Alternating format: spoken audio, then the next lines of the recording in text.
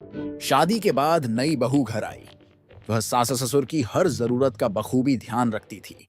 खाना, घर का काम, सेवा सब कुछ पूरे मन से करती।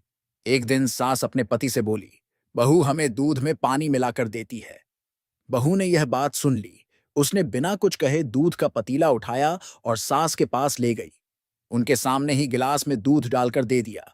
सास ससुर चुप रह गए। कुछ दिन बाद सास अपनी बेटी से फोन पर बोली, बहू हमें घी खाने में दिखावे के लिए ऊपर ऊपर से डालती है, असली में घी देती ही नहीं। बहू ने यह भी सुन लिया। अगले ही दिन उसने पूरा घी का डिब्बा सास ससुर के कमरे में रख दिया। थोड़ी देर बाद सास अपने पति से कहने लगी कि देखो बेटा कितना फल लाता है, हमें तो थोड़ा सा ही देती है, बाकी सब बहू खुद खा जाती है। बहू ने यह भी सुन लिया। अगले दिन उसने एक फ्रिज सास ससुर के कमरे में रखवा दिया और बोली, इस उम्र में बार बार किचन जाना आपके लिए मुश्किल है, इसलिए अब सारे फल आपके कमरे में ही रहेंगे। बहू के जाने के बाद सास ने पति से कहा, अब तो सब ठीक है, सब कुछ यहीं कमरे में रख दिया है, लेकिन मुझे लगता है बहू कुछ न कुछ गड़बड़ जरूर करती होगी।